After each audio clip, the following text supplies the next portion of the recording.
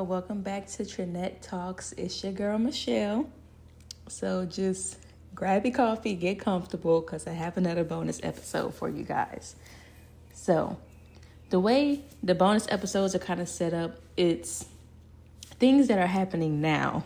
So it's currently June 6, 2025. And so when I record these, it's happening to me now.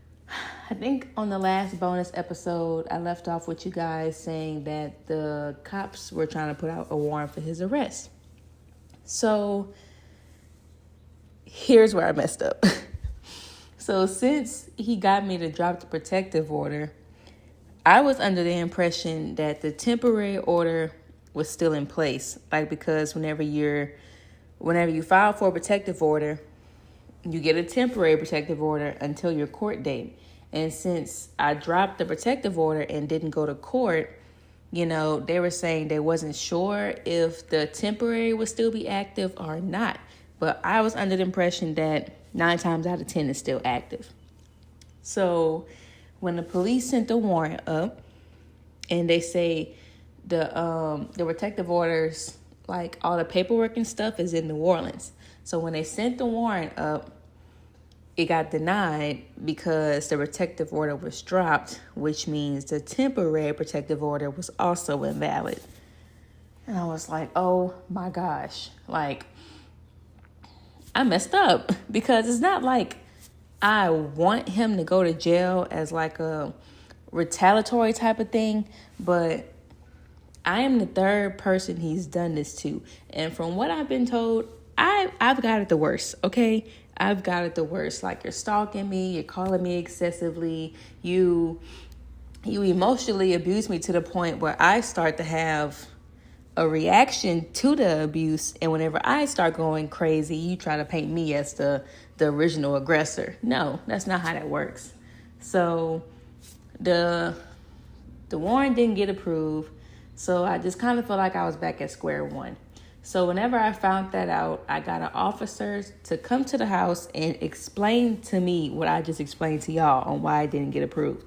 So he was telling me that he had an interaction with my ex, and he can tell just from that small interaction that my ex is not all the way right, because they met at a gas station down the street. It was like almost 12 at night, and my ex had a complaint about somebody either outside or in the store or whatever, so he went to go talk to the officer. So the officer told him, hey, you got a gun on your side. Can you put the weapon away while you're talking to me? And he said my ex just started going crazy on him and even called his sergeant to tell on him, which is crazy. So it's like he's making a lot of enemies in the police force when you usually want the law on your side. And he portrayed to me that the law is on his side, but that's further from the truth.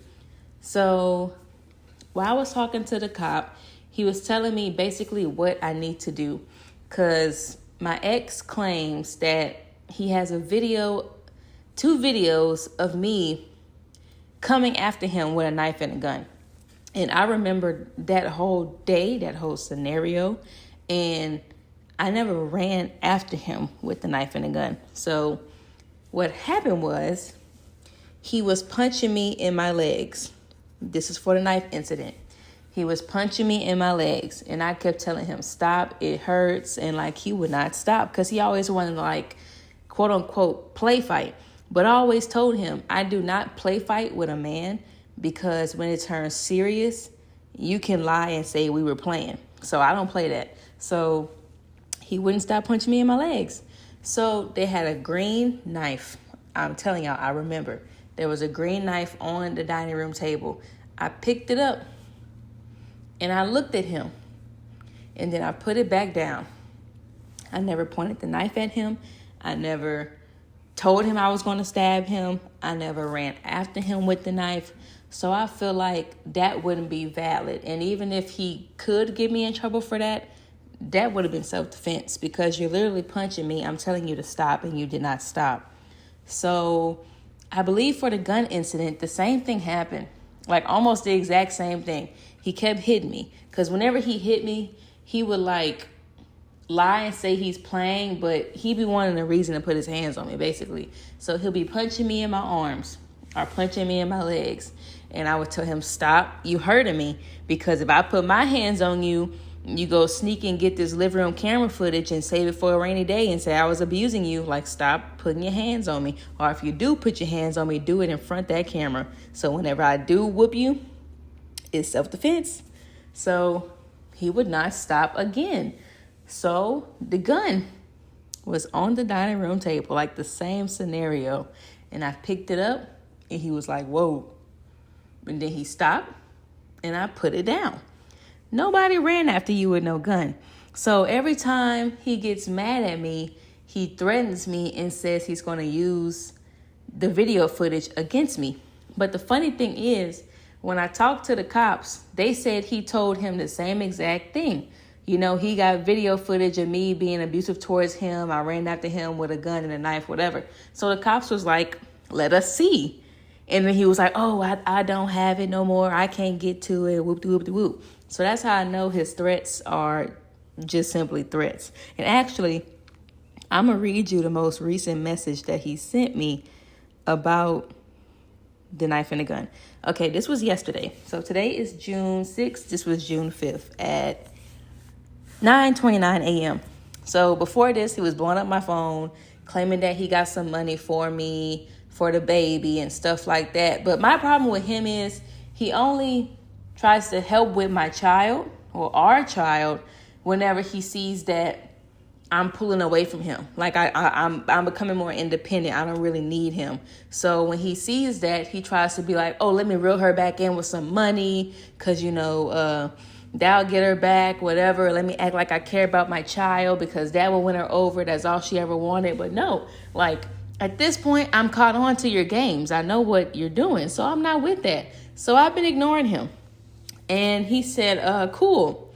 I ain't trying no more. You can try and put me on child support, but I promise you these videos of you pulling a gun on me and a knife on me before you went put that bogus protective order on me, I can tell you one thing. I would do what I have to do. You being very immature. I got that we have moved on. I'm not worried about you anymore. You could have to learn for yourself.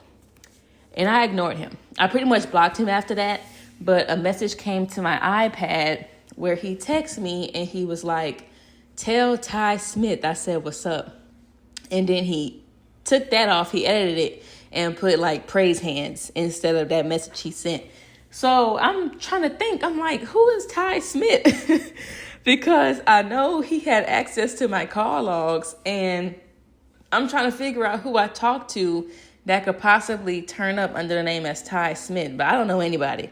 So the AT&T logs is a whole nother thing. I figured out yesterday that I accidentally removed my phones and stuff off my account.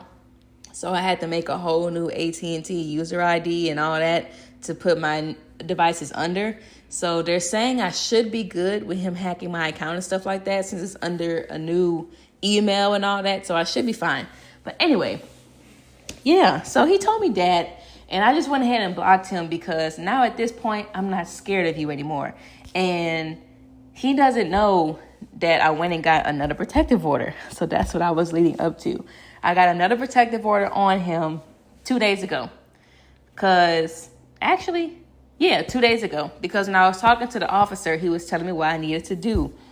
Y'all go see how ADHD I am because I have to get around with other stories to get to the point. I am so sorry, but I hope y'all keep listening and understanding with me.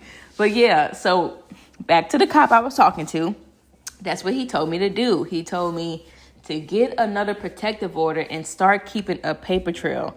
That's why I brought up the knife and the gun situation, because he told me whenever my ex was punching me in my legs and stuff like that, I should have been making police reports. But me, I don't know much about the law. And I only knew my ex's twisted versions of the law that he would use to scare me. So I thought if you made a police report, charges will be pressed with it. And I'm like, why would I press charges on him if I'm still living with him and stuff like that? So I never went to the police about it. But he was like, no, a police report is basically like a paper trail, You can have a paper trail of all these things that he's done. So when it comes time for a protective order and, stuff like this, when it comes time for court, you have that paper trail. And I'm like, oh my God, that makes so much more sense, because I was always afraid to, do something, because I thought police reports equal charges. Like, that was all together, but it's not. But that's fine. We live and we learn. So I did exactly what that man said. And that man was fine, y'all. He was fine. So I actually had the protective order paperwork while I was talking to him. So I went inside. I filled out all the paperwork. I went and brought it to the courthouse. And then I went to New and I did a police report with them also, because he did call my new job and he did lie about me, and he called twice. That equals harassment. So I did a police report. So, that's my paper trail.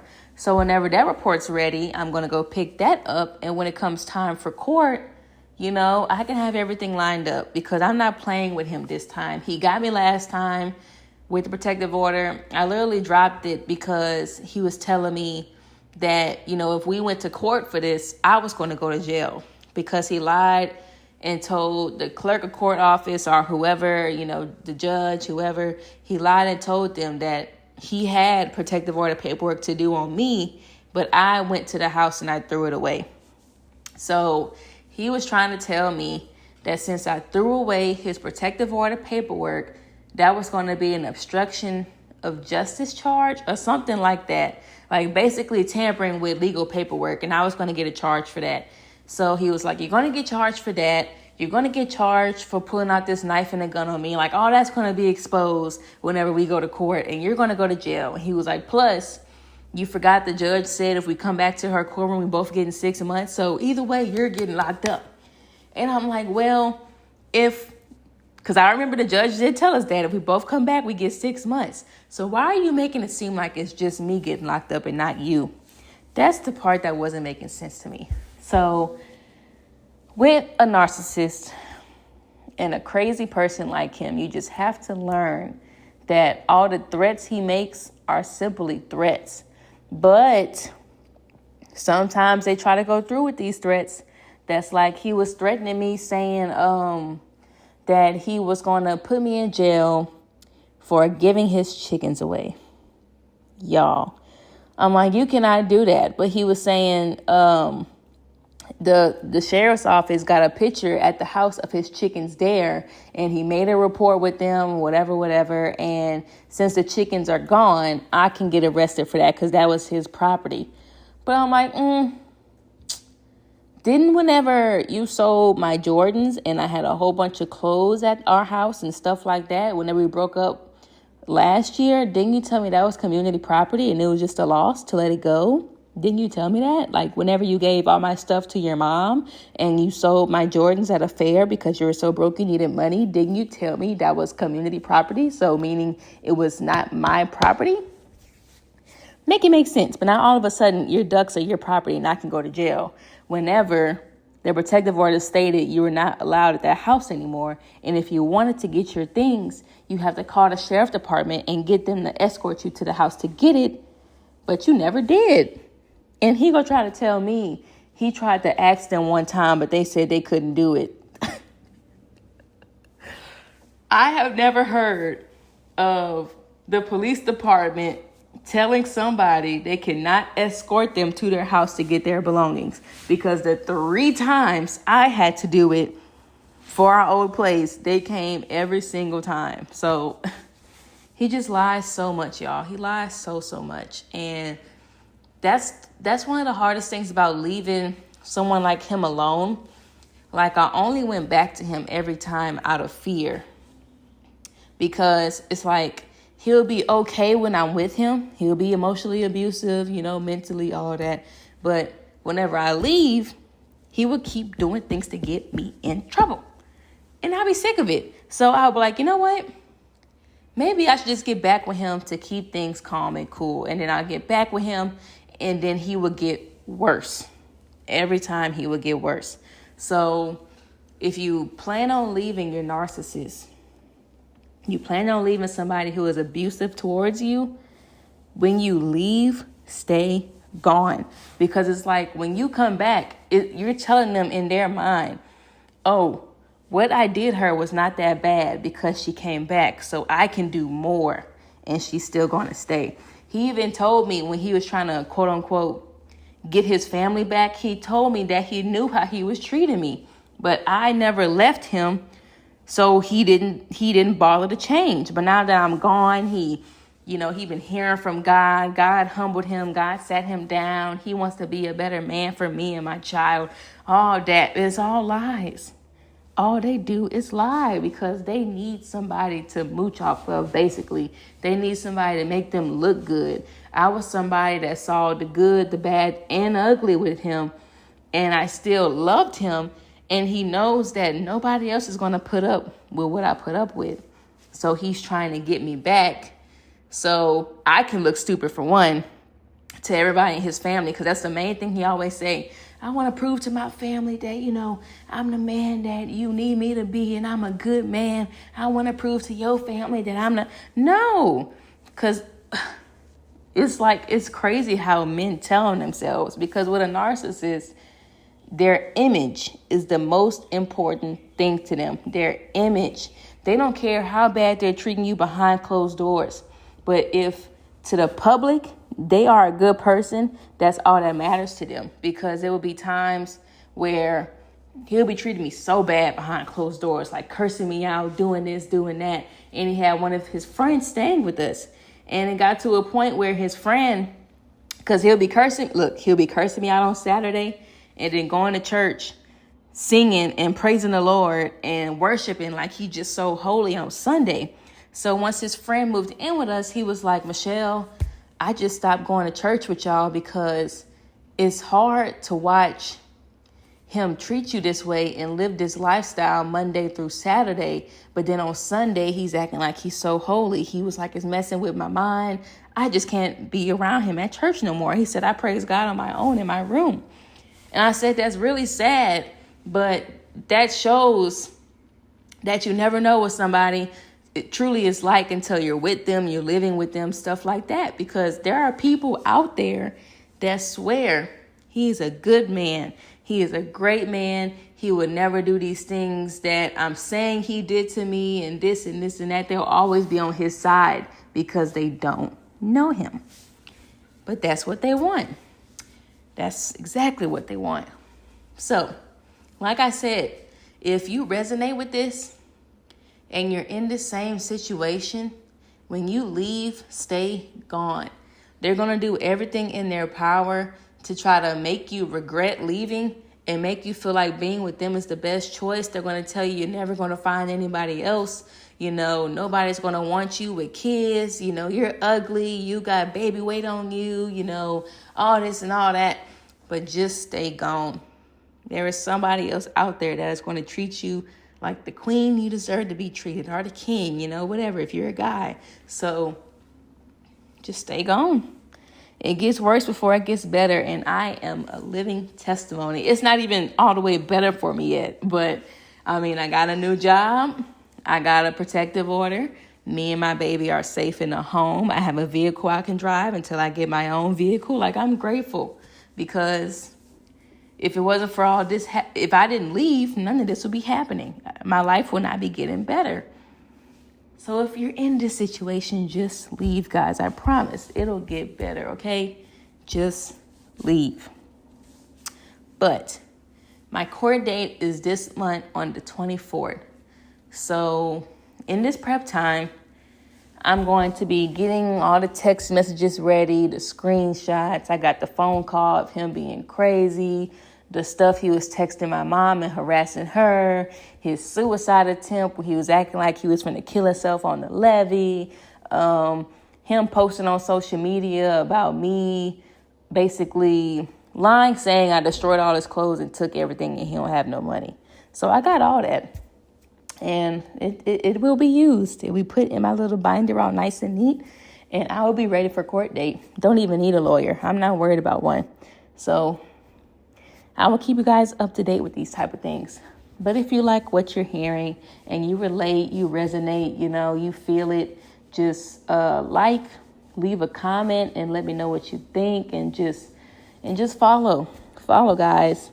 And I also will be starting on YouTube. It will be Trenette TV. So if you want, subscribe to that. And I will see you guys on next Monday. I love you. And remember, protect your peace.